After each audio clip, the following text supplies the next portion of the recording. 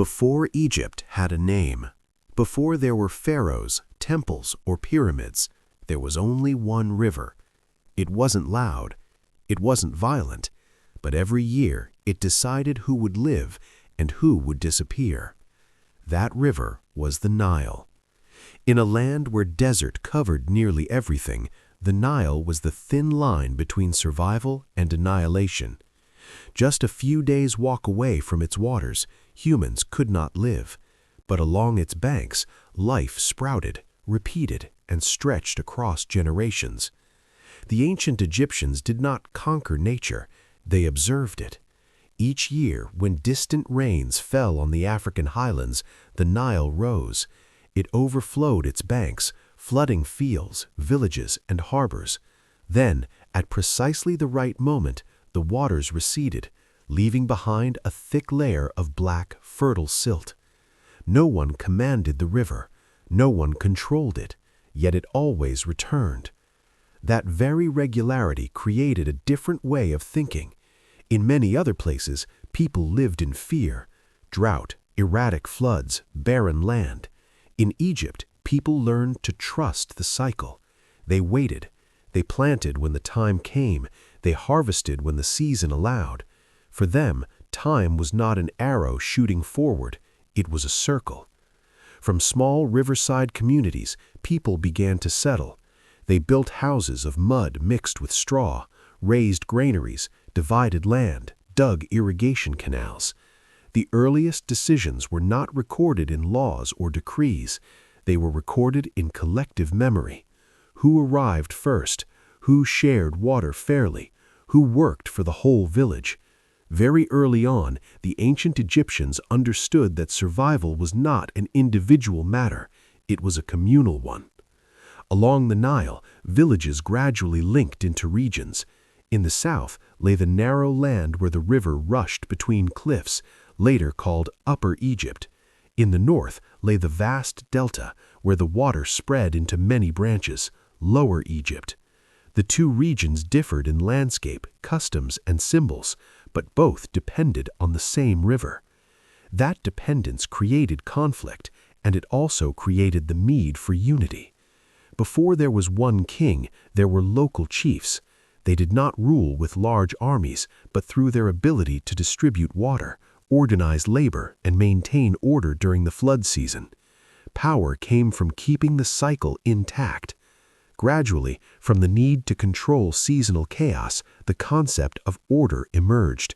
The Egyptians called it Ma'at, not law, but the correct state of the world. When everything was in its proper place, people lived in peace, the gods were harmonious, and nature continued its cycle.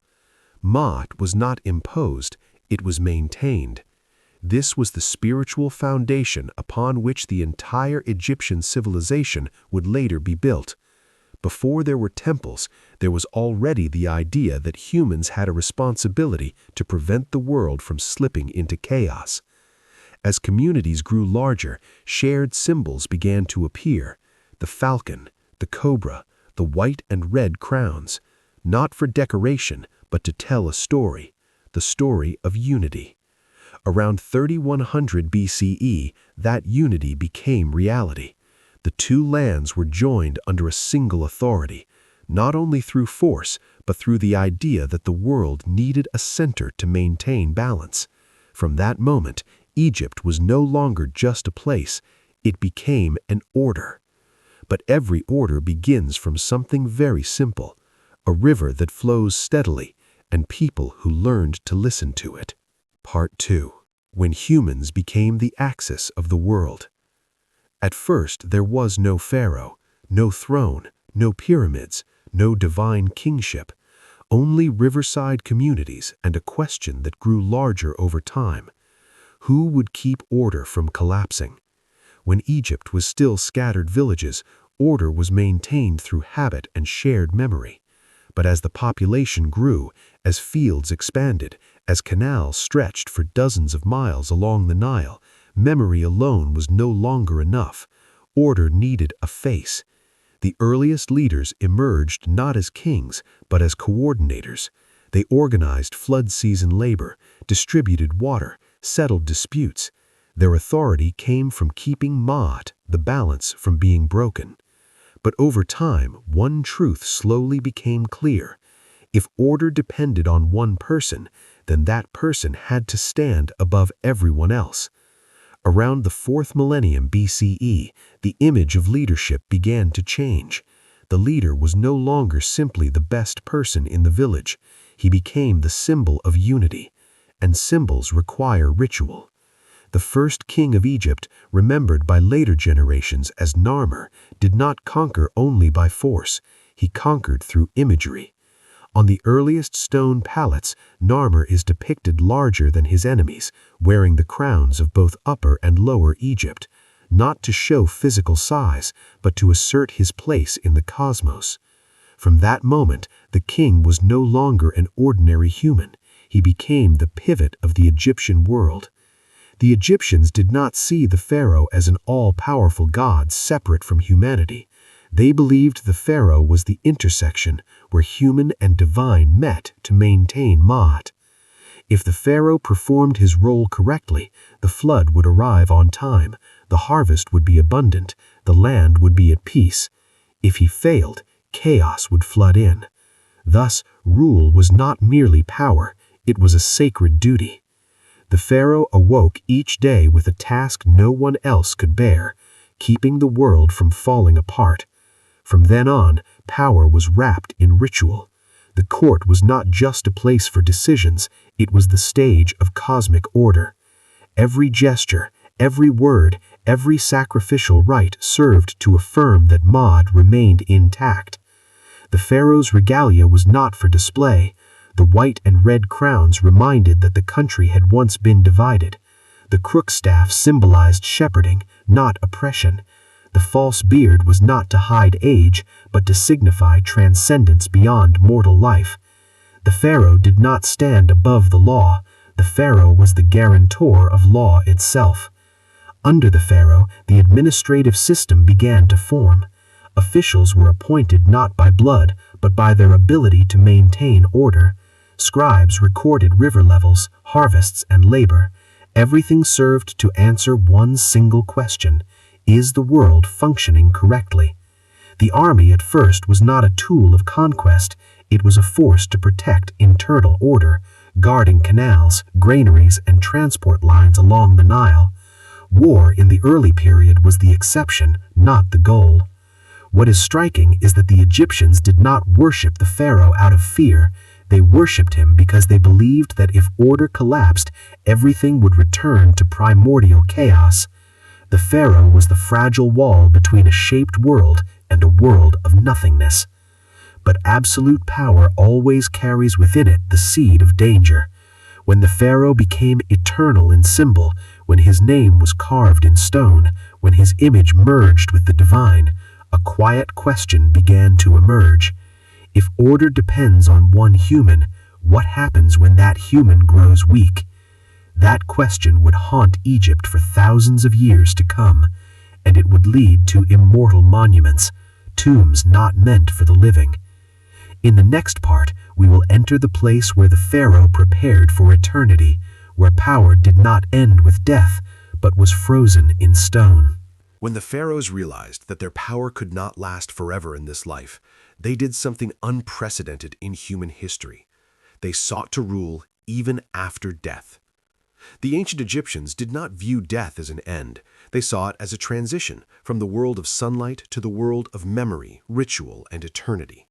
But for that transition not to break the order, the pharaoh had to continue to exist, not as a faint spirit, but as an immovable pillar of the universe.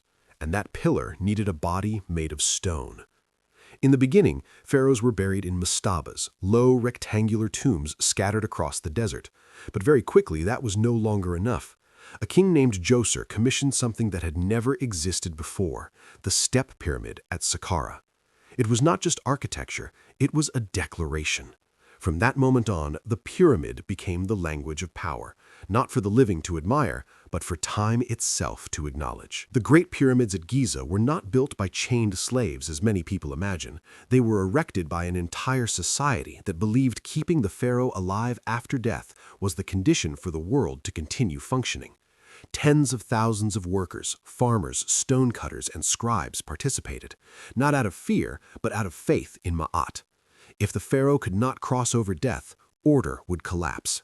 The floods would come at the wrong time, the land would become barren, humanity would lose its way. Thus, the pyramids were not merely tombs, they were cosmic stabilizing machines in the way the Egyptians understood it. Each stone block was placed along precise axes aligned with the stars. The passageways pointed toward the constellation of Orion, where the king's soul was believed to merge with the gods. Inside, funerary texts were carved into the walls, not to tell stories, but to guide the soul through the invisible gates of the afterlife. Here, power reached its purest form. No more commands, no more armies, only permanent presence. But the price of eternity was enormous. To maintain the funerary rituals, to care for the mortuary temples, to offer perpetual offerings to the dead pharaoh, the administrative apparatus swelled. Taxes increased, labor was mobilized on an ever larger scale. The pharaoh's power, even after death, continued to consume the resources of the living. Gradually, a paradox emerged. The pyramids were built to preserve order, but they themselves began to rigidify order. Later pharaohs had to build bigger, more magnificent structures, not just to glorify themselves, but to prove they were worthy of the gods like their ancestors. Power became a competition with the past, and the past never loses. By the end of the Old Kingdom, the system began to crack. The pyramids still stood, but the faith was no longer whole. Local governors, nomarchs, grew more powerful. The center weakened. The pharaoh was still called a god, but increasingly distant from real life. The pyramids, symbols of eternity, became signs of stagnation. Egypt had succeeded in symbolically defeating death, but they began to lose the battle against change. And history shows no mercy to civilizations that believe they can stand still forever. In the next part, we will see what happens when the sacred order begins to fracture, when the pharaoh is no longer strong enough to maintain Ma'at, and Egypt learns, for the first time, a painful lesson. Even the divine can decline.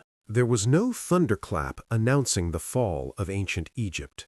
No decisive battle, no fateful year when everything shattered. Instead, order began to crack quietly, like desert rock after centuries of sun exposure.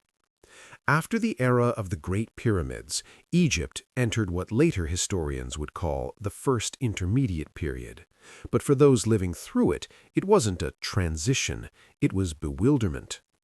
The pharaoh still sat in Memphis, the rituals were still performed, the names of kings were still carved in stone, but for the first time, people began to ask, not openly but enough to shake faith, if the pharaoh is a god, why is order faltering? The Nile's flood was no longer regular. Some years it came late, some years it didn't come at all.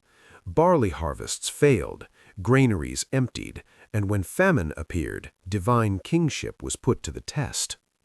Local governors, nomarchs, began to hold real power. They controlled granaries, local militias, and the loyalty of the people. The pharaoh remained a symbol, but real authority had slipped away from the center. The most dangerous thing for a theocratic system is not rebellion, it is silent substitution. The pharaoh was not overthrown, he was quietly ignored. In the funerary texts of this period, the tone changed. No longer was there absolute confidence in eternal order. Instead came anxious prayers. People began speaking directly to the gods without going through the pharaoh. That was a monumental spiritual turning point. When people discovered they could pray without an intermediary, the foundation of divine kingship trembled. Egypt later recovered under the Middle Kingdom. New pharaohs tried to rebuild order. They no longer built colossal pyramids. Instead, they constructed temples, strengthened administration, and emphasized the image of the pharaoh as a just father, not an untouchable god. It was a necessary adjustment, but it was also an unspoken admission that the old model had failed. Yet no civilization escapes cycles. By the end of the Middle Kingdom, Egypt faced a challenge it had never known before: foreign invasion.